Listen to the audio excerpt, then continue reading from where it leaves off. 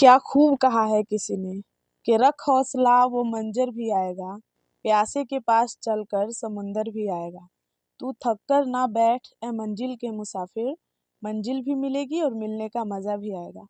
Hello मेरे प्यारे साथियों, आप सभी का स्वागत करते हैं आज की इस एनसीईआरटी की श्रृंखला में, जिसमें हम पढ़ने वाले हैं चैप्टर नंबर 9, वो भी क्लास 7 की चैप्टर नंबर 9 हम पढ़ने वाले हैं, जिसमें हम पढ़ने वाले कि क्षेत्रीय संस्कृतियों का निर्माण।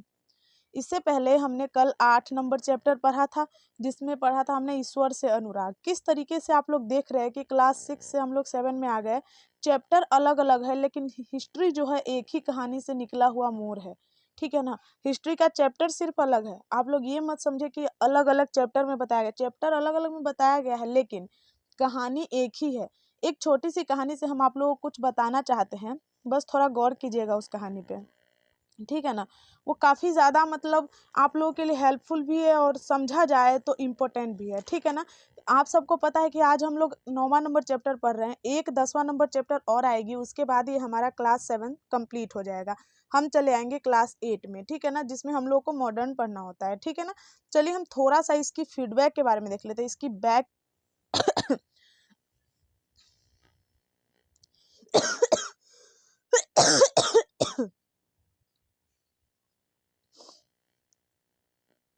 इसकी थोड़ी सी बैक की कहानियां हम जान लेते हैं। सबसे पहले हम लोग मान लो कि एक रेखा, सीधी रेखा हमने एक खींच दिया, ठीक है ना। कुछ नहीं करना है हमें, जो करना है वो अपना देखिए, अपने हिसाब से आप काम कीजिएगा तो आगे बढ़िएगा। हमने सीधी रेखा एक खींच दी। हमने देखा कि 20 लाख साल पहले, 20 लाख साल पहले का हम अध्ययन करते आ रहे हैं। 20 लाख साल पहले हमने पाषाण काल के बारे में पढ़ा था, जो कि हमने 6 क्लास में ही पढ़ ली थी। और इस पाषाण काल को हमने क्या किया था, 3 भागों में तोड़ दिया था। यही ना कि पूरा पाषाण काल, मध्य पाषाण काल एवं लघु पाषाण काल, ठीक है ना। इससे चलो इसके बारे में तो हमने अध्ययन कर लिया पूरी तरीके से। उसके बाद हम यहाँ पे आ गए 47,000 साल पहले, ठीक है ना। तो इसमें जब हम आए तो हमने क्या पढ़ा, हड़प्पा के बारे में पढ़ा, जो कि हमने क्लास 6 में ही पढ़ा। उसके बाद हम यहाँ आए तो ये पढ़े कि हम 15,000 से पहले, 1500 से लेके 1000 तक, ठीक है ना। 1500 से लेके 1000 तक बीसी में हमने क्या पढ़ा, वैदिक काल पढ़ा। यही पढ़ा ना, आप लोग को याद भी होगा। उसके बाद हमने देखा क्या कि 3000, ठीक है ना, 3000 बीसी में क्या पढ़ा हमने, महापाषाण के बारे में पढ़ा। उसके बाद हम आए थोड़ा सा आगे चल के 2500 में आए। 2500 में जो ही हम प्रवेश किए, उसके बारे में हमने क्या पढ़ा, जनपद के बारे में पढ़ा। इससे पहले हमने पढ़ लिया है सब कुछ, जो पढ़ लिया उसी के बारे में बता रही हूँ। उसके बाद थोड़ा सा आगे हम लोग आए तो यहाँ पे हम लोग 300 बीसी में आ गए, ठीक है ना। 300 बीसी में आया तो हम लोगों ने क्या पढ़ा, बौद्ध धर्म के बारे में और जैन धर्म के बारे में, ठीक है ना। उसके बाद यहाँ से हमारा क्या हुआ, क्लास 6 कंप्लीट हुआ। किस तरीके से ये जुड़ा हुआ है, बस हम यही आप लोग को दिखाना चाह रहे हैं। यहाँ से हमारा क्या हुआ, क्लास 6 कंप्लीट हो गया। फिर जो ही आई 750 से लेकर 1750 की बारी, ठीक है ना। तो उसको हम लोगों ने पूरा कंप्लीट किस चीज में कर लिया, 7th क्लास की हिस्ट्री में, ठीक है ना, जिसको हम लोगों ने मध्यकालीन इतिहास का नाम दिया, ठीक है ना। इसको हम लोगों ने क्या कहा कि ये जो पुराना पीछे वाला जो था, कहाँ से 750 से पहले वाला, उस सबको हम लोग क्या कहे कि हाँ ये क्या है, प्राचीन काल का है, ठीक है ना। उसके बाद मध्य काल का हम लोगों ने 750 से 1750 के बीच का कहा। उसके बाद जब 1750 से लेके 1947 तक का हम पढ़ेंगे, उसको हम लोग कहेंगे आधुनिक इतिहास।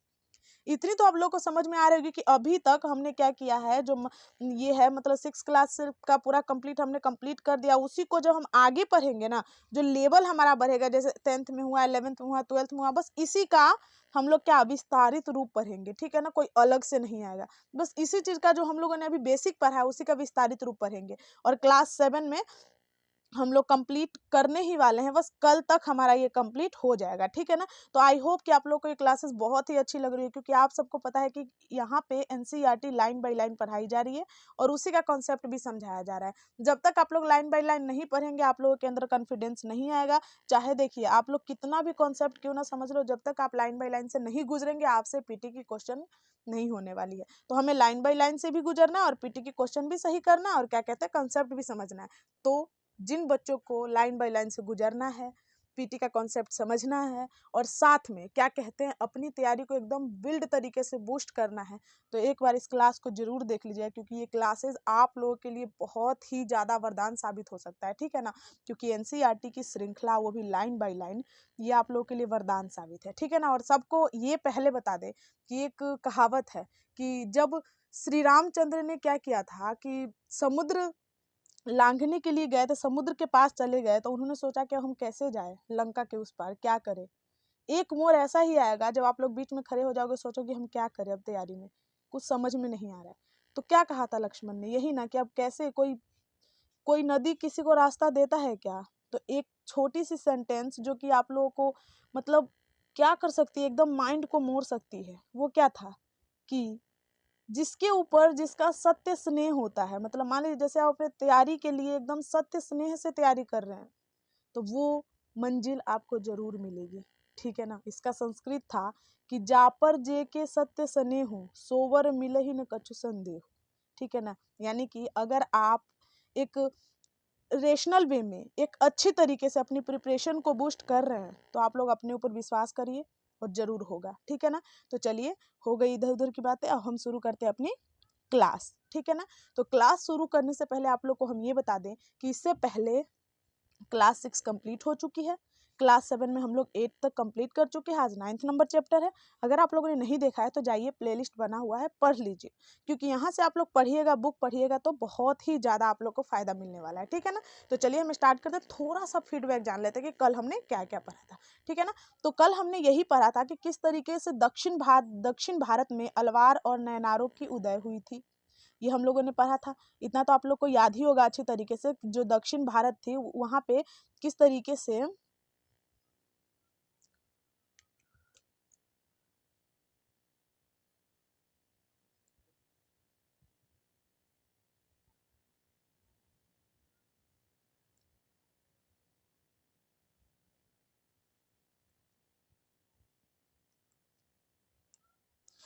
तो किस तरीके से दक्षिण भारत में क्या हुआ था कि दक्षिण भारत में अलवार तथा नैनार लोगों का उदय हुआ था, ठीक है ना।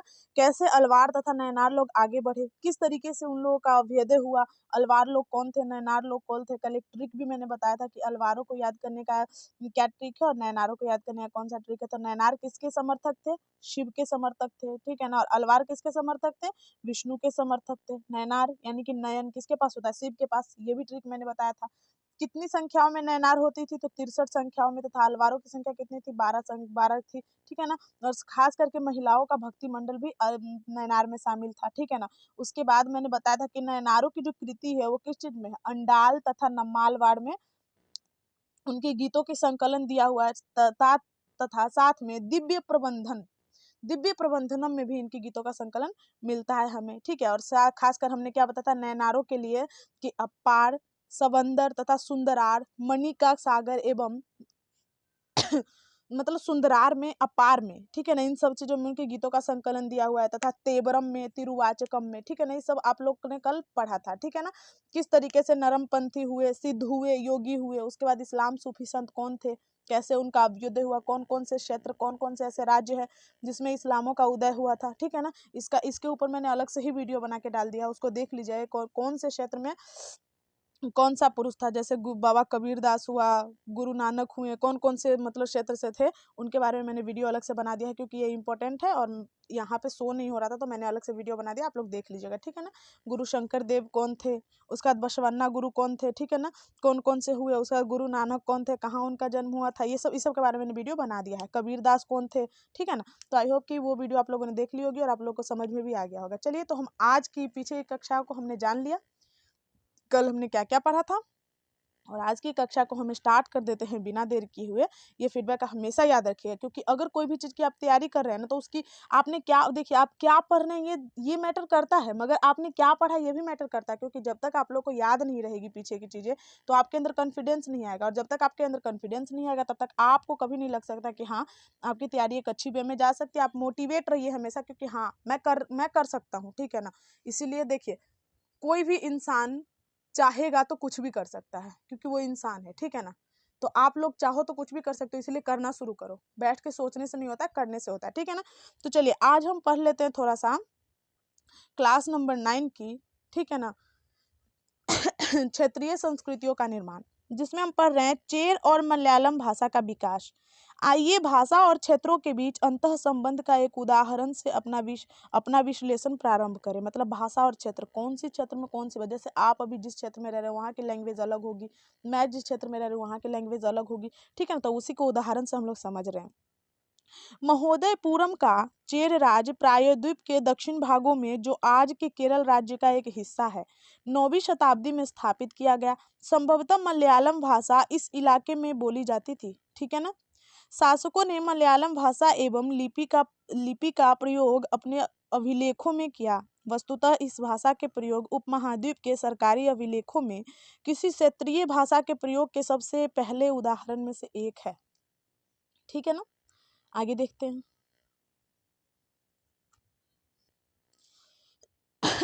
सॉरी।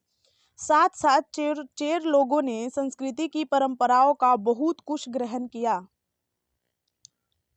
केरल का मंदिर रंगमंच, जिसकी परंपरा इस युग तक खोजी जा सकती है, संस्कृत के महाकाव्यों पर आधारित था। मलयालम भाषा की पहली साहित्य कृतियां, जो लगभग 12वीं शताब्दी में बताई गई है, प्रत्यक्ष रूप से संस्कृत की ऋण है।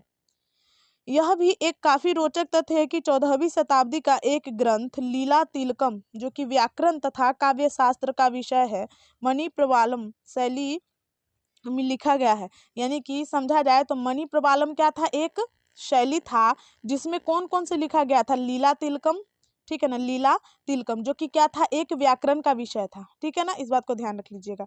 मणिप्रवालम का शाब्दिक अर्थ होता है हीरा और मूंगा। यह यहाँ दो भाषाओं की मेल है, कौन सी, संस्कृत तथा क्षेत्रीय भाषा के साथ प्रयोग की ओर संकेत करता है। हीरा तथा मूंगा, मणिप्रवालम का अर्थ क्या होता है, हीरा तथा मूंगा, ठीक है ना, हीरा तथा मूंगा। और ये कि कौन सी दो भाषाओं के संकलन है, एक संस्कृत की और एक क्षेत्रीय भाषा के, ठीक है ना। तो इतना इतना छोटी छोटी टॉपिक ये सब याद रखिएगा, ठीक है ना।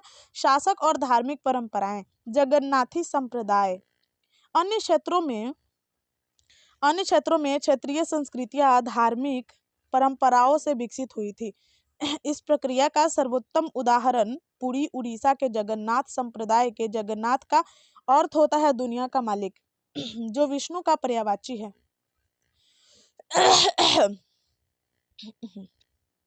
जो विष्णु का पर्यायवाची है। आज एक जगन्नाथ का काष्ठ प्रतिमा स्थानीय जनजातियों के लोगों द्वारा बनाई जाती है, जिससे यह तात्पर्य निकलता है कि जगन्नाथ मूलतः एक स्थानीय देवता है। आगे चलकर यह विष्णु का रूप मान लिया गया, यानी कि पुरी उड़ीसा में जो जगन्नाथ की मंदिर है वो वहाँ के स्थानीय देवता के रूप में पहले थी, मगर अब तो मतलब जगन्नाथ भगवान को सब जानते हैं, विष्णु का पर्यायवाची होता है, ठीक है ना। 12वीं शताब्दी में गंग वंश का एक अत्यंत प्रतापी राजा अनंत वर्मन ने पुरी में पुरुषोत्तम जगन्नाथ के लिए एक मंदिर बनवाने का निश्चय लिया। कौन से, गंग वंश के राजा कौन, अनंत वर्मन, ठीक है ना। उसके बाद 1230 में राजा अनंग भीम तृतीय ने अपने राज्य में पुरुषोत्तम जगन्नाथ को अर्पित कर दिया और स्वयं को जगन्नाथ का प्रतिनियुक्त घोषित कर दिया। यानी कि उन्होंने क्या किया कि जगन्नाथ भगवान की मतलब पूजा पाठ में ज्यादा ध्यान देने लगे और ये कहा कि मैं उनकी क्या हूँ, प्रतिनिधित्व युक्त हूँ, ठीक है ना। जो जो इस मंदिर को तीर्थ स्थल यानी कि तीर्थों की यात्रा का केंद्र के रूप में महत्व प्राप्त हो गया, सामाजिक तथा राजनीतिक मामले में भी उनकी सत्ता बढ़ती गई। जिन्होंने उड़ीसा को जीता, जैसे मुगल, मराठा और अंग्रेजी ईस्ट इंडिया कंपनी, सबने इस मंदिर पर अपना नियंत्रण स्थापित करने का प्रयत्न किया। वे सब यह महसूस करते थे कि मंदिर पर नियंत्रण प्राप्त करने से स्थानीय जनता में उनका शासन स्वीकार हो जाएगा। यानी कि मराठा लोग, मुगल लोग तथा ईस्ट इंडिया कंपनी लोग क्या किए, इस मंदिर पे आके अटैक करते थे और उनका मानना यह था कि अगर मैंने इस मंदिर पर अटैक किया और इस मंदिर पर अपना शासन जमा लिया तो इसका मतलब ये है कि पूरे जितने भी इलाका है वहाँ पे मेरी वर्चस्व चलेगी और वहाँ पे क्या होगा, मेरा शासन सब स्वीकार कर लेंगे, ठीक है ना। राजपूत और शूरवीरता की परंपराएं। 19वीं शताब्दी में ब्रिटिश लोग उस क्षेत्र को जहां आज का अधिकांश राजस्थान स्थित है राजपूताना कहते थे, ठीक है ना, ब्रिटिश लोग, ठीक है ना। इससे यह समझा जा सकता है कि ऐसा प्रदेश था जहां केवल अथवा प्रमुख रूप से राजपूत ही रहा करते थे, लेकिन यह बात आंशिक रूप से ही सत्य है। ऐसे समूह थे जो आज भी हैं, मतलब थे भी और हैं भी, जो उत्तरी तथा मध्यवर्ती भारत के अनेक क्षेत्रों में अपने आप को राजपूत कहते हैं। यह सच है कि राजस्थान में राजपूतों के अलावा अन्य लोग भी रहते हैं, तथापि अक्सर यह माना जाता है कि राजपूतों ने राजस्थान को एक विशिष्ट संस्कृति प्रदान की है। ठीक है ना। ये संस्कृति परंपराएं ये संस्कृति परंपराएं वहाँ के शासकों के आदर्शों तथा अभी अभी अभिलाषाओं के साथ घनिष्ठता से जुड़ी हुई थी। लगभग 8वीं शताब्दी से आज के राजस्थान के अधिकांश भागों में विभिन्न परिवारों के राजपूत राजाओं का शासन चलता रहा है। पृथ्वीराज, जिसके बारे में हमने अध्याय 2 में पढ़ा था, ठीक है ना, एक ऐसा ही शासक था। ये शासक ऐसे सूरवीरों के आदर्शों को अपने हृदयों में सजाए रखे थे जिन्होंने रण क्षेत्र में बहादुरी से लड़ते हुए अक्सर मृत्यु का वर्ण किया मगर पीठ नहीं दिखाया। राजपूत सूरवीरों की कहानियां काव्यों एवं गीतों में सुरक्षित है। ये विशेष रूप से प्रशिक्षित चारण भाटों द्वारा गाई जाती है। मतलब जो भाट लोग आते हैं ना, मतलब चारण भाट, वो लोग आते हैं, गाते हैं जो, और पैसे वैसे लेते हैं, जो भी हो, उसके बाद जाते हैं। ठीक है ना। ये काव्य एवं गीत ऐसे सूरवीरों की स्मृति को सुनिश्चित रखते हैं और उनसे यह आशा की जाती है कि वे अन्य अन्य जनों लोगों को सूरवीरों का अनुकरण करने के लिए प्रेरित एवं प्रोत्साहित करेंगे। साधारण जन भी इन कहानियों से आकर्षित होते थे। इन कहानियों में अक्सर नाटकीय स्थितियां एवं स्वामी भक्ति, मित्रता, प्रेम, शौर्य, क्रोध आदि प्रबल संवेगों का चित्रण होता है। ठीक है ना। मतलब मुख्य रूप से एक ही चीज नहीं थी इसमें। कथी भेलौ? 100 गोटा चिचियाए लगै छै, कोनो बात होइ छै। यहाँ पे कुछ दी हुई है, कुछ राज्यों का नाम जिसको हम लोग थोड़ा सा जान लेते हैं। ठीक है ना। मतलब राज्यों का, अपने इंडिया में कौन से राज्य कहाँ पे स्थित है, इसके बारे में तो जानना हमारे लिए थोड़ा सा इम्पोर्टेंट बन ही जाता है। ठीक है ना। जम्मू कश्मीर जो भारत की मुकुट है। ठीक है ना। हिमाचल प्रदेश। अब इसको अगर हम आप लोग कहें ना तो हम एक ट्रिक के साथ याद करवा सकते हैं। पता है क्या? जम्मू कश्मीर इतना तो सभी जानते हैं। ठीक है ना। हिमाचल प्रदेश, और यहाँ पे क्या है, पंजाब, हिमाचल प्रदेश और उत्तराखंड, यानी कि PHU हम कह सकते हैं। ऊपर क्या है, PHU, और यहाँ पे क्या है, हरियाणा, हरियाणा, हरियाणा। ठीक है ना। PHU, और यहाँ पे क्या से लिख सकते हैं, हरियाणा, यानी कि PHU फूल और H से उसकी डंडी हरी। ठीक है ना। ऐसे हम लिख सकते हैं कि P है, ये H है, ये हरियाणा है। ठीक है ना। यानी कि फूल हुआ। ठीक है ना। समझ, ये फूल का आकार इतना दूर में फूल है। ठीक है ना। PHU यानी कि पंजाब, हरियाणा और उत्तराखंड, और यहाँ पे दिल्ली, यहाँ पे क्या कहते हैं, हरियाणा, और हरियाणा के जस्ट नीचे दिल्ली है। ठीक है ना। उसके बाद यहाँ पे क्या हुआ बच्चों, राजस्थान। ठीक है ना। अगर आप लोग कहे तो हम इसके मतलब इंडिया के नक्शा पे एक अच्छी तरीके से वीडियो बना देंगे जो कि ट्रिक से आप लोग को पूरे राज्य को याद दिला देगा। ठीक है ना। जैसे राजस्थान हुआ, ठीक है ना, राजस्थान, बिहार हुआ, यहाँ सिक्किम, ये उत्तराखंड, मध्य प्रदेश, महाराष्ट्र, छत्तीसगढ़, आंध्र प्रदेश, कर्नाटक, गोवा, ठीक है ना, गुजरात। गोवा बाहर नहीं है, गोवा यही छोटा सा है। ठीक है ना, अंदर ही है, लेकिन यहाँ पे लिख दिया गया, जगह नहीं था। ठीक है ना। उड़ीसा, तमिलनाडु, केरल, ठीक है ना, मेघालय, त्रिपुरा, ढाका, जो कि ढाका कहाँ है, पश्चिम बंगाल में। ठीक है ना। झारखंड, असम, उसके बाद मणिपुर, मिजोरम, नागालैंड, अरुणाचल प्रदेश और गुजरात तो आप लोग को पता ही है। ठीक है ना। तो एक क्वेश्चन आप लोगों के लिए, आज क्या कहते हैं, अरुणाचल प्रदेश और गुजरात के बीच में जो टाइम है उसमें कितना का अंतर होता है आप लोग बताओगे, और क्यों अंतर होता है ये भी आप लोग बताओगे। ठीक है ना। और अगर आप लोग चाहते हो कि एकदम अच्छी तरीके से ट्रिक से इस पूरे भारत के नक्शा के राज्यों को समझना, तो एक बार कमेंट करके जरूर बता देना, यस मैम बता दीजिए। मैं पूरा ट्रिक के साथ एक ऐसे मतलब ऐसा ट्रिक दूंगी ना, आप लोग एक ही बार में याद कर लो, कोई जरूरत ही नहीं है आपको बार बार राज्यों को देखने की। ठीक है ना। तो देखते हैं आगे, आगे क्या कह रहे हैं।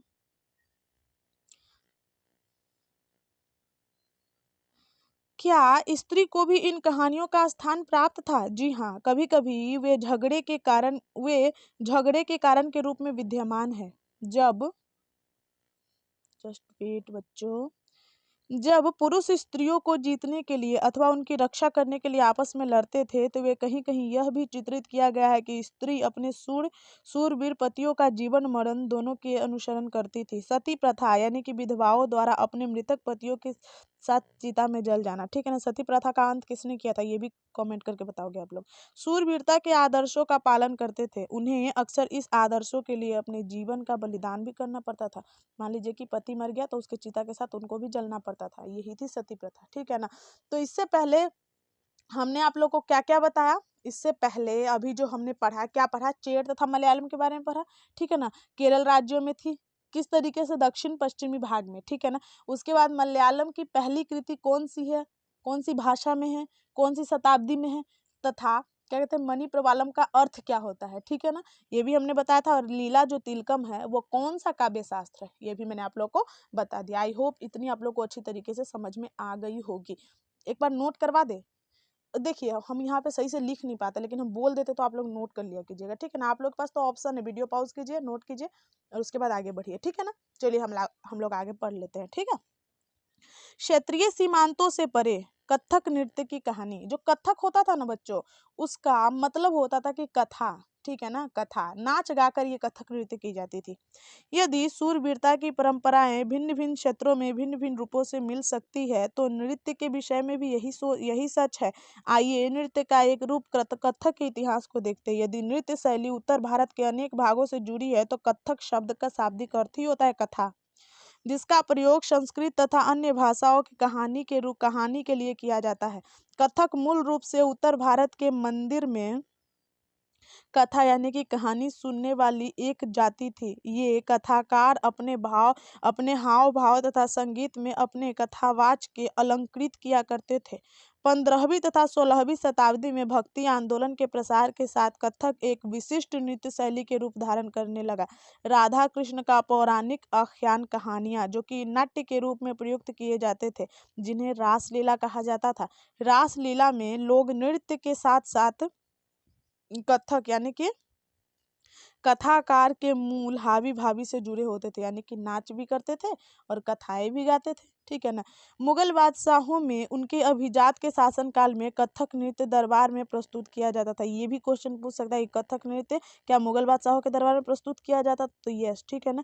जहाँ इस नृत्य के अपने वर्तमान अभिलक्षण अर्जित है, वहीं एक विशिष्ट नृत्य शैली के रूप में विकसित हो गया। आगे चलकर यह दो परंपराओं अर्थात घरानों में फुला फला और राजस्थान जो कि जयपुर में राज दरबारों में और लखनऊ में अवध के अंतिम नवाब कौन थे, बाजिद अली शाह के संरक्षण में यह एक प्रमुख कला का रूप बना। कौन, कथक, किसके, कौन से नवाब के, अवध के नवाब के, क्या नाम था उनका, बाजिद अली, ठीक है ना। 1850 से 1875 के दौरान यह नृत्य शैली के रूप में इन क्षेत्रों में ही नहीं बल्कि आज पंजाब, हरियाणा, जम्मू कश्मीर, बिहार तथा मध्य प्रदेश के निकटवर्ती इलाकों में भी पक्के तौर पर स्थापित हो गए। इसकी प्रस्तुति में क्लिष्ट तथा द्रुत पद संचालन, उत्तम वेशभूषा तथा कहानियां प्रयुक्त करने में अभिनय पर जोर दिया जाने लगा। मतलब एक रूप से माना जाए तो एक क्षेत्र से विकसित हुआ, यह पूरे आज मतलब हर जगह फैल चुकी है, ठीक है ना। अनेक अन्य संस्कृतियां गतिविधियों की तरह कथक को भी 19वीं तथा 20वीं शताब्दियों में अधिकांश ब्रिटिश प्रशासकों ने नापसंद किया। फिर भी यह जीवित बचा रहा और आज गणिकाओं द्वारा पेश किया जा रहा है। स्वतंत्रता प्राप्ति के बाद तो देश में इसे 6 शास्त्रीय नृत्य के रूप में मानता है, यानी कि 6 शास्त्रीय नृत्य जो है ना अपने पूरे देश के अंदर, उसमें भी मान्यता मिल गई, किसको, कथक को, ठीक है ना। शास्त्रीय नृत्य किसी कला रूप का शास्त्रीय मान जाए, इस प्रश्न का उत्तर देना अक्सर बहुत कठिन होता है। क्या हम उस रूप या शैली को शास्त्रीय नृत्य कहते हैं जिसका विषय धार्मिक हो, अथवा क्या हम उसे शास्त्रीय नृत्य मतलब महान माना जाए। तो यहाँ कह रहा है कि क्या हम ऐसे नृत्य को कहते हैं शास्त्रीय नृत्य जो कि धार्मिक हो, या फिर कुछ ऐसा जरूरी नहीं है कि धर्म पे ही आश्रित हो। हमारा देश का धर्म निरपेक्ष है, इनका कोई धर्म ही नहीं है, ठीक है ना। तो ये कैसे किसी धार्मिक को मतलब शास्त्रीय नृत्य में शामिल करेगा और किसी को नहीं करेगा। तो शास्त्रीय नृत्य जो है ना बच्चों, कौन कौन से है, भरतनाट्यम जो कि तमिलनाडु का है। देखिए यहाँ से क्वेश्चन उठता है हमेशा, छोटी बड़ी एग्जाम में, पीसीएस के एग्जाम में, या फिर जो भी बच्चे एसएससी जीडी वगैरह का एग्जाम देते हैं उन सब के एग्जाम में यहाँ से क्वेश्चन क्या होता है, उठ जाता है। क्या, भरतनाट्यम तमिलनाडु, क्या, भरतनाट्यम तमिलनाडु। तो याद करने का ट्रिक, भरतनाट्यम तमिलनाडु, कथकली क्या कहते हैं, कथाकली क्या है, केरल में, कथकली केरल में। ओडिसी तो आपको याद ही हो जाएगा, उड़ीसा में। कुचिपुड़ी आंध्र प्रदेश, मणिपुरी मणिपुर में, ठीक है ना। इतना जो याद हो जाने वाला उसको छोड़ दीजिए। ओडिसी ओडिशा में, मणिपुरी मणिपुर में कुचिपुड़ी, याद रखिए कुचिपुड़ी आंध्र प्रदेश, मतलब समझ लीजिए ना, कुचिपुड़ी, कुचिपुड़ी आंध्र प्रदेश, ठीक है ना। थोड़ा सा याद करने का आप लोग कोशिश कीजिएगा। भरतनाट्यम तमिलनाडु, भरतनाट्यम तमिलनाडु, भरतनाट्यम तमिलनाडु, ऐसे करके कुछ याद कर लीजिएगा, ठीक है ना। और कथकली के लिए क से शुरू हो जाए तो ये भी क से ही शुरू होगा, कथकली केरल, करल, केरल, केरल, ऐसे करके कुछ याद कर लीजिएगा, ठीक है ना। आगे चलिए, आगे पढ़ लेते हैं थोड़ा सा। कह रहा है कि संरक्षकों के लिए चित्रकला लघु चित्रों की परंपराएं क्या थी। एक अन्य परंपरा जो कई रीतियों में विकसित हुई वह यह थी कि लघु चित्र की परंपरा। लघु चित्र, छोटा छोटा चित्र, लघु चित्र, जैसा कि उनके नाम से पता चलता है कि छोटे आकार का चित्र जिन्हें आमतौर पर जंगल रंगों जिन्हें आमतौर पर जल रंगों से कपड़े या कागज का चित्रण किया जाता है। मतलब मान लीजिए छोटा सा कुछ चित्र, ठीक है ना, जिसको कलर कर दिया गया। प्राचीनतम लघु चित्र ताल पत्रों अथवा लकड़ी के तख्तों पर चित्रित किए गए थे। इनमें से सर्वाधिक सुंदर चित्र जो कि पश्चिम भारत में पाए गए जैन ग्रंथों को चरित्र बनाने के लिए प्रयोग किए गए।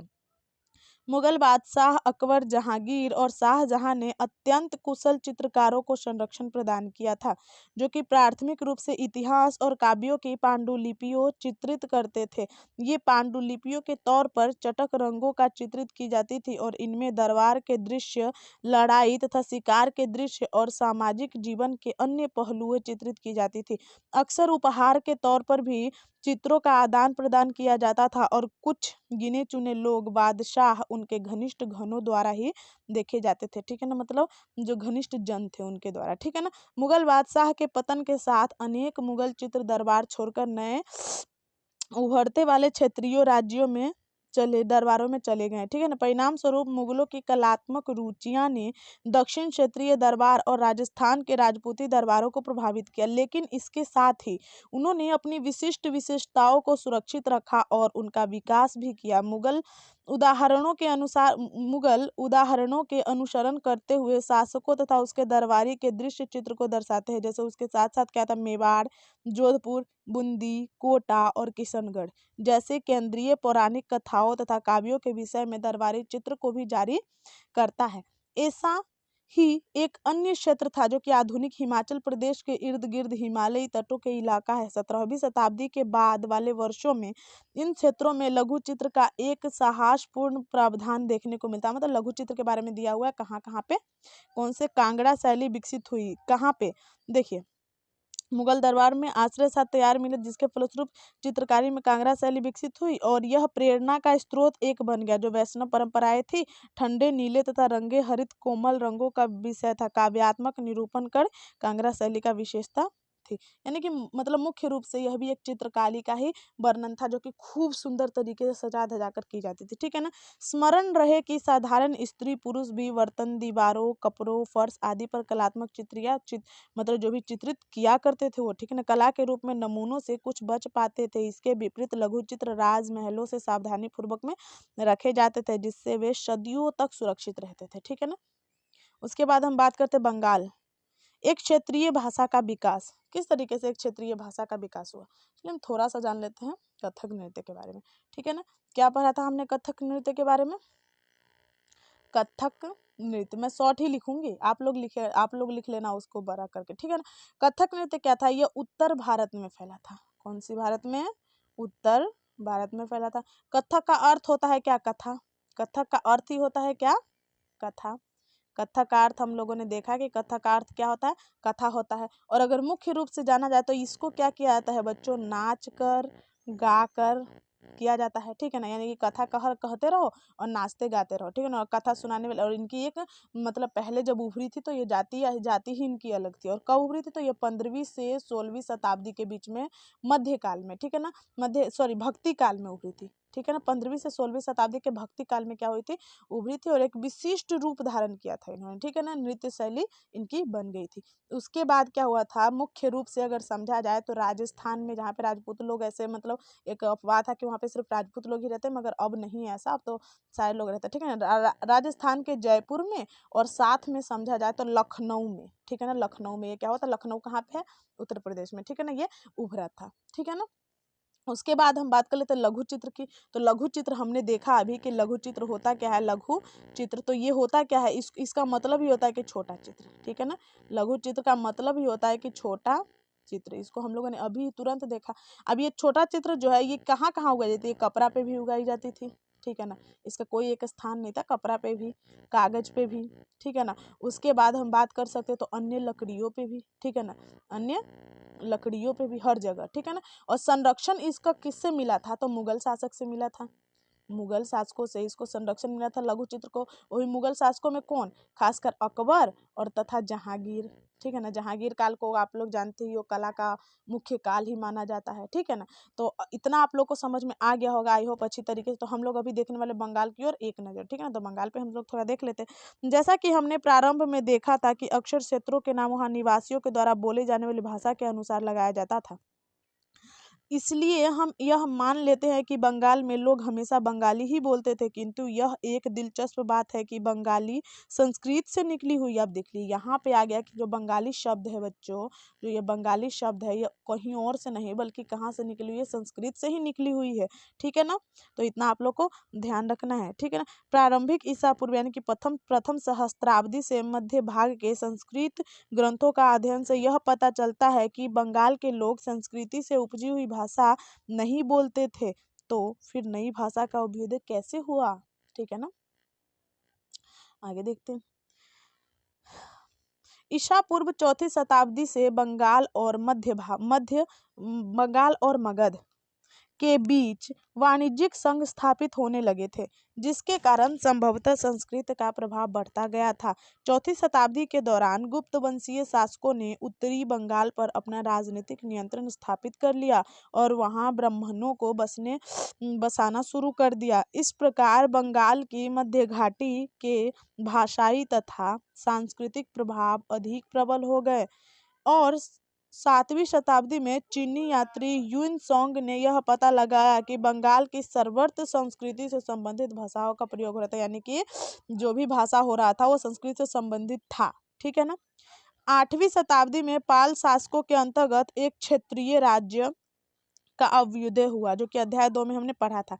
14वीं से 16वीं शताब्दी के बीच बंगाल में सुल्तानों का शासन रहा, जो कि दिल्ली में स्थित शासकों से स्वतंत्र थे। 1586 में जब अकबर ने इस प्रदेश को यानी कि बंगाल को जीत लिया तो उसे सूबा माना जाने लगा। इस समय प्रशासन की भाषा तो फारसी थी, लेकिन बंगाली एक क्षेत्रीय भाषा के रूप में विकसित हो गई, ठीक है ना। यानी कि जब बंगाल को अकबर ने जीता, क्या बोला मैंने, अकबर ने जब बंगाल को जीता था तो उस समय क्या थी, उस समय उसकी जो भाषा थी वो बच्चों फारसी थी, ठीक है ना। लेकिन जो ये बंगाली थी एक क्षेत्रीय रूप में विकसित हो गई थी, ठीक है ना, विकसित हो गई थी। उसके बाद वस्तुतः 15वीं शताब्दी तक आते आते भाषाओं तथा बोलियों तथा बंगाली समूह एक सामान्य साहित्यिक भाषा के द्वारा एकबद्ध हो गया। यह साहित्यिक भाषा उस क्षेत्र की पश्चिमी भाग में बोली जाने वाली भाषा थी, जिसे अब पश्चिमी बंगाल कहा जाता है। यद्यपि बंगाल का अभ्युदय संस्कृत से ही हुआ है, यानी कि बंगाली भाषा का अभ्युदय कहाँ से हुआ, संस्कृत से ही हुआ है, पर यह अपने क्रम विकास में अनेक अनेक अवस्थाओं से गुजरी है। इसके अलावा गैर संस्कृत शब्दों का एक विशाल भंडार जो जनजातीय भाषाओं, फारसी और यूरोपीय भाषाओं सहित अन्य स्रोतों से भी प्राप्त हुआ है, आधुनिक बंगाली का एक हिस्सा बन गया है। बंगाली में प्रारंभिक साहित्य के 2 श्रेणियों में बांटा जा सकता है। एक श्रेणी, चलो इसको हम लोग थोड़ा नोट्स बना लेते हैं, ठीक है ना। कहा जाए तो जो बंगाली साहित्य है, बंगाली साहित्य है, इसको हमने 2 श्रेणियों में बांटा है, ठीक है ना। एक में हमने ये कहा कि संस्कृत, ठीक है ना, संस्कृत, और दूसरा को हमने कहा स्वतंत्र, ठीक है ना, स्वतंत्र, जिसका अर्थ इसका जो इसमें जो शायद था वो क्या था, मंगल काव्य, क्या था, मंगल काव्य, और इसका जो शायद था बच्चों वो था नाथ संहिता, क्या था, नाथ साहित्य, ठीक है ना। तो इतनी आप लोग को समझ में आ गई। चलिए हम लोग पढ़ लेते अच्छी तरीके से और समझ में आ जाएगी, ठीक है ना। एक श्रेणी संस्कृत की श्रेणी है और दूसरी श्रेणी स्वतंत्र श्रेणी है। पहली श्रेणी में संस्कृत महाकाव्यों के अनुवाद मंगल काव्य, यानी कि इसका शाब्दिक अर्थ होता है शुभ, यानी कि मांगलिक काव्य, जो कि स्थानीय देवी देवताओं से संबंधित था। तो हमने क्या बोला आपको, ये मंगल काव्य, ये क्या था, ये मंगल काव्य मुख्य रूप से क्या था, स्थानीय देवी देवताओं से संबंधित था, ठीक है ना, जो कि शुभ माना जाता था, ठीक है ना। आगे देखते हैं। काव्य जो जो स्थानीय देवी देवताओं से संबंधित था और भक्ति साहित्य, गौड़िया वैष्णव आंदोलन के नेता चैतन्य देव की जीवनियां आदि शामिल है। दूसरी श्रेणी में था नाथ साहित्य, जैसे कि मैमामती, गोपी चंद्र के गीत, धर्म ठाकुर की पूजा से संबंधित कहानियां, कथाएं, लोक कथाएं तथा गाथा गीत इसमें सम्मिलित था। ठीक है ना। पीर मतलब क्या होता है? पीर एक फारसी शब्द है जिसका अर्थ होता है आध्यात्मिक मार्गदर्शन। ठीक है ना। मतलब आध्यात्मिक रूप से जो मार्गदर्शन हमें प्रोवाइड करवा दे वही पीर कहलाता है। ठीक है। पहली श्रेणी के ग्रंथों का काल निर्णय करना अपेक्षाकृत सरल है, क्योंकि ऐसी अनेक पांडुलिपियां पाई गई है जिसमें यह इंगित करता है कि इसकी रचना 15वीं शताब्दी के उत्तरार्ध और 18वीं शताब्दी के मध्य भाग के बीच में की गई थी। दूसरी श्रेणी की कहानी कृतियां मौखिक रूप से सुनी जाती थी, इसलिए इनका काल निर्णय सही नहीं किया जा सकता है। यानी कि यहाँ से एक क्वेश्चन उठ सकता है कि इसका काल निर्णय हम कर सकते हैं, क्यों? क्योंकि इसकी तो हमें पूरी तरीके से एक साक्ष्य मिला है ना कि हाँ ये संस्कृत तो कब से, ये 15वीं शताब्दी के बाद और 18वीं शताब्दी के मध्य में से ही की जाती थी, इसकी हमें काल मिल गई। लेकिन ये इसकी मौखिक रूप से की जाती थी, जिसकी हमें क्या मिली है, एक साक्ष्य मिला ही नहीं है कि कब से ये शुरू हुई थी। ठीक है ना। आगे देखते हैं। इसलिए इनका काल निर्णय सही नहीं किया जा सकता है, क्योंकि ये क्या बंगाल के लोकप्रिय थी जहां ब्राह्मणों का प्रभाव अपेक्षाकृत कम था। ब्राह्मण का प्रभाव बंगाल में कम ही था। ठीक है ना। पीर और मंदिर 16वीं शताब्दी से लोगों ने बड़ी संख्या में पश्चिम बंगाल के कम उपजाऊ क्षेत्रों को छोड़कर दक्षिण पूर्वी बंगाल में जंगली तथा दलदली इलाकों में प्रवास करना शुरू कर दिया। ज्यों-ज्यों वे पूर्व की ओर बढ़ते गए, वे जंगलों को साफ करके भूमि में धान की खेती करने लगे। सनई सनई यानी कि धीरे धीरे स्थानीय मछुआ तथा स्थानीय खेती करने वाले लोग, जो अक्सर जनजाति थे, किसानों के नए समुदाय में क्या हो गए, वो मिल गए। इन्हीं दिनों बंगाल पर मुगलों का नियंत्रण स्थापित हो गया था, जिन्होंने पूर्वी डेल्टा प्रदेश का केंद्रीय भाग में स्थित ढाका नगर में अपनी राजधानी स्थापित की। अधिकारी और कर्मचारी लोग भूमि प्राप्त करके अक्सर उस पर मस्जिदें बना लेते थे। ठीक है ना। जो इलाकों को धार्मिक रूपांतरों का केंद्र के रूप में काम आती थी। प्रारंभ में बाहर से आकर यहाँ बसने वाले लोग अस्थिर परिस्थितियों में रहने के लिए कुछ व्यवस्था तथा आश्वासन चाहते थे। ये सुख सुविधाएं तथा आश्वासन उन्हें समुदाय के नेताओं ने प्रदान की थी। ये नेताएं शिक्षकों, निर्णायकों और भूमिकाओं का अदा करते थे। कभी कभी ऐसा समझा जाता है कि नेता के पास अलौकिक शक्तियां हैं। स्नेह और आदर से लोग इन्हें पीर भी कहा करते हैं। अभी हम लोगों ने पीर के बारे में समझा क्या होता है। इस पीर श्रेणी में संत और सूफी, अन्य धार्मिक अनुभाव, साहसी, उपनिवेशी तो आप लोग को पता है ना, जब एक देश दूसरे देश पर मुख्य रूप से जाए और वहीं पे अपनी राजनीतिक, धार्मिक, सांस्कृतिक तथा सभी प्रकार के वर्चस्व को अपना जमा ले, उसी को हम लोग औपनिवेशिक कहते हैं। ठीक है ना। उसके बाद औपनिवेशी देवत्व प्राप्त सैनिक एवं योद्धा, विभिन्न हिंदू व बौद्ध देवी देवताओं, यहाँ तक कि जीवात्मा भी शामिल थे। पीरों की पूजा पद्धतियाँ बहुत ही लोकप्रिय हो गई और उनकी मंजरें बंगाल में सर्वत्र पाई गई है। यानी कि पीर को माना जाने लगा था। इसमें भी वही कह रहा है कहानी, कुछ नहीं है, पीरों के बारे में और मंदिरों के बारे में। ठीक है ना। मछली भोजन के रूप में आप सबको पता है कि बंगाल का प्रिय भोजन ही मछली होता है। ठीक है ना। तो मछली भोजन के रूप में कैसे विकसित हुई, हमारे यूपीएससी के लिए ये इंपॉर्टेंट नहीं है, तो हम नहीं देखेंगे। ठीक है ना। आगे देख लेते हैं। यूरोप में राष्ट्रों यानी कि राज्यों का उदय। 18वीं शताब्दी के अंत तक यूरोप के लोगों को स्वयं एक साम्राज्य, जैसे कि ऑस्ट्रिया हंगरी साम्राज्य की प्रजा या फिर किसी चर्च जैसे यूनान रूढ़िवादी चर्च के सदस्य मानते थे। परंतु 18वीं शताब्दी के अंतिम दशकों में लोग स्वयं को ऐसा समुदाय तथा सदस्य के रूप में भी पहचानने लगे जो एक जैसी भाषा यानी कि फ्रेंच, जर्मनी बोलते थे। प्रारंभिक 19वीं शताब्दी में रोमानिया में विद्यालयी पाठ्य पुस्तकें ग्रीक के स्थान पर रोमानिया में लिखी जाने लगी और हंगरी में लैटिन लैटिन के स्थान पर हंगेरियन भाषा का उपयोग किया जाने लगा, यानी कि जहाँ के स्थान था ना उसी भाषा में, ठीक है ना। और यह यही प्रकार के अन्य प्रक्रियाओं और लोगों का यह बोध कराता है कि प्रत्येक भाषी समुदाय एक अलग राष्ट्र था। 19वीं शताब्दी के अंतिम दशकों में इटली और जर्मनी के एकीकरण के लिए हुए आंदोलन ने इस भावना को और भी अधिक बल दे दिया। लघुचित्र देख लेते हैं। शास्त्रीय, हमने देखा शास्त्रीय मतलब क्या होता है। शास्त्रीय ना किसी एक धर्म से संबंधित है कि चलो इस धर्म का है तो हम इसको शास्त्रीय बोलेंगे, किसी धर्म का है तो शास्त्रीय बोलेंगे। धर्मी उर्मी का इसमें कोई मतलब लेन देन नहीं। एक प्रकार के नृत्य की शैली होता है, कला की शैली होता है, ठीक है ना।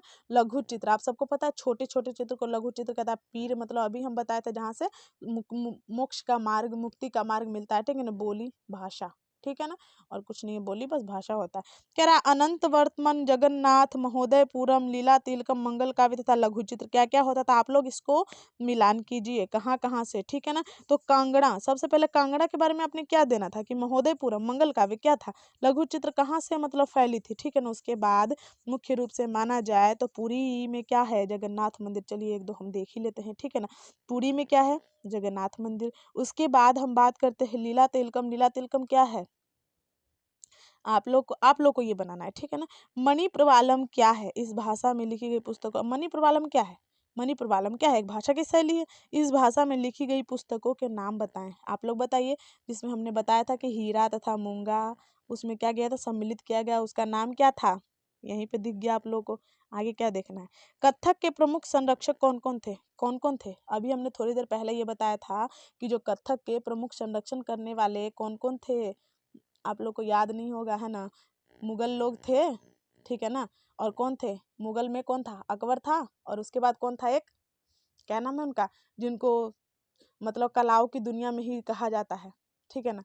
मतलब राजस्थान में, सॉरी ये अकबर लोग तो ये लघु चित्र के, अकबर और क्या जहांगीर तो लघु चित्र को, लेकिन जो कथक है ना, कथक का संरक्षण देने वाला कौन थे, राजस्थान थे, जयपुर में, ठीक है ना, और लखनऊ में, ठीक है ना। चलिए आई होप कि आपको क्लास अच्छी लगी होगी। और साथ में बंगाल के मंदिरों का स्थापत्य कला के मुख्य लक्षणों को बताइए। और ये क्वेश्चन आप लोग बना के मुझे क्या कीजिएगा, सेंड कीजिएगा। कुछ काम आप लोग कीजिएगा, कुछ काम मैं करूँगी, दोनों मिलके करेंगे। आप सक्सेस, मैं खुश, बस इससे ज़्यादा और कुछ नहीं चाहिए। आई होप कि ये क्लास बहुत अच्छी लगी होगी आप लोगों को। अगर अच्छी लगी तो एक बार लाइक बटन पर क्लिक कर लीजिएगा, उसको हिट कर दीजिएगा। और साथ में पता है क्या करना है, जो रेड वाली बटन है ना उसको क्लिक करके चैनल को सब्सक्राइब कर लेना है, ताकि जो भी वीडियोज़ मैं अपलोड करूँ सबसे पहले आप लोग तक पहुँचे और आप लोग क्या करें, अपनी पढ़ाई को एक अच्छी तरीके से लेके जा सके। मिलते हैं अगली वीडियो में, तब तक के लिए जय हिंद।